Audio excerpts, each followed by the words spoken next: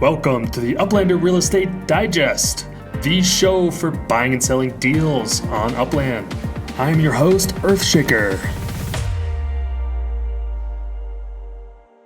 Today we've got a very exciting special extended episode where we will drop the Oakland pre-guide, aka the Oakland Buyer's Guide. But first, we will start with interesting properties, move on to our city market information, and even introduce a new feature of the cast. We've got the user of the day. So stay tuned, action-packed episode today, and let's get to it. For our interesting properties of the day, we'll focus on San Francisco since Oakland is opening up and everybody is traveling out west. Our dream property category, we've got one ferry building in San Francisco. It's going for 45 million UPX, and it's the historic building in the Financial District Collection. It's only a 540% markup.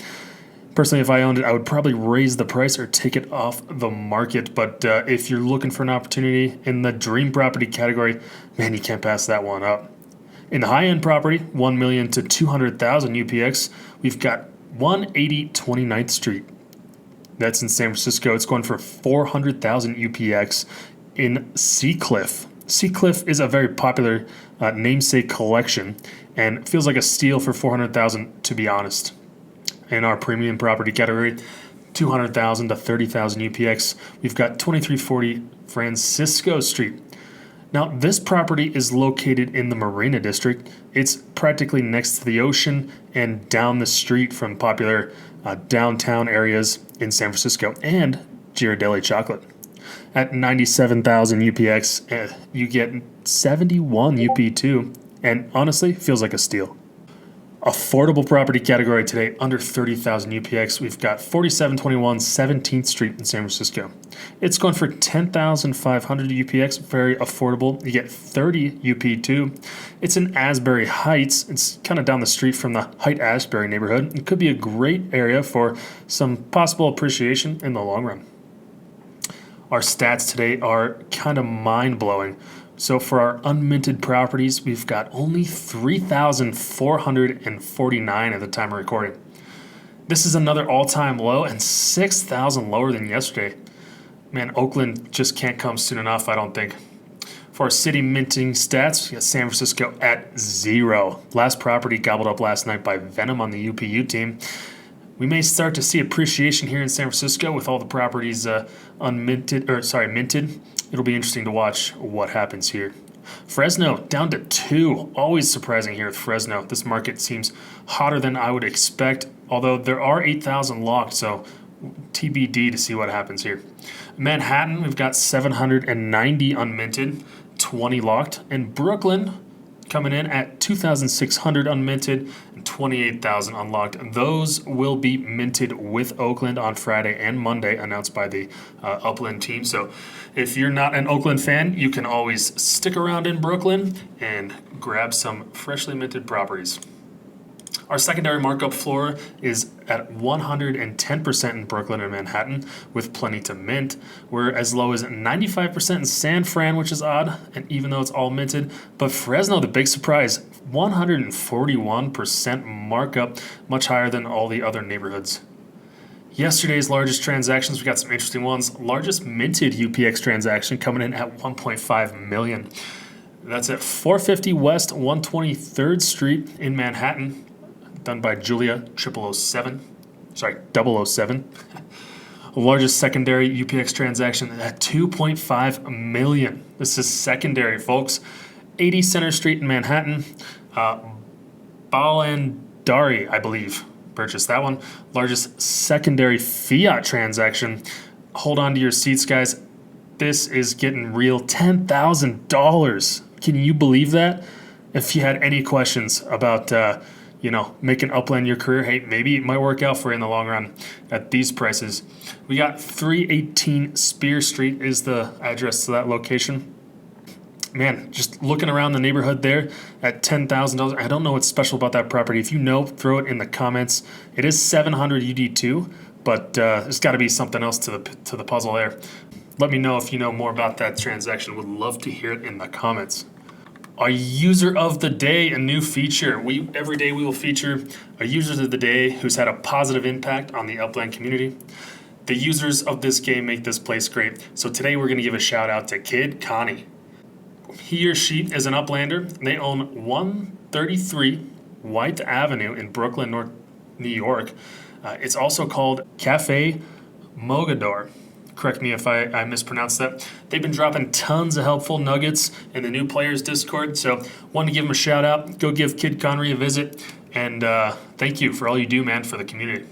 This is the part of the show you guys have been waiting for, the Oakland's buyer guide. Yesterday, the Upland team announced that they're opening up Oakland. Today we're going to give you an overview, where you might want to buy, what you want to look at, and just an overall buyer's guide to Oakland. All right, let's get started. Oakland is a Tier 2 city with twice the land of neighboring San Francisco. We expect activity in the neighborhood to be slightly lower than Brooklyn long term, and 50% of the properties will be FSA, also similar to Brooklyn. The release in Brooklyn will be multi-tiered. Two or three main events here. Train station will open at 12 p.m. on Thursday, that's today. Properties will be released on Friday morning as a first wave, and then a second wave on Monday morning. The team says 20% of properties will be released below the 5,000 UPX per wave. Some of the hot neighborhoods you guys are going to want to check out. First, I'd look at Jack London Square. It is inside the larger produce and waterfront area. It's popular for restaurants and looks like a nice social spot in Oakland. Oakland West is famous for their rich cultural history. I would definitely take a browse in there, see if there's anything that piques your interest in that area.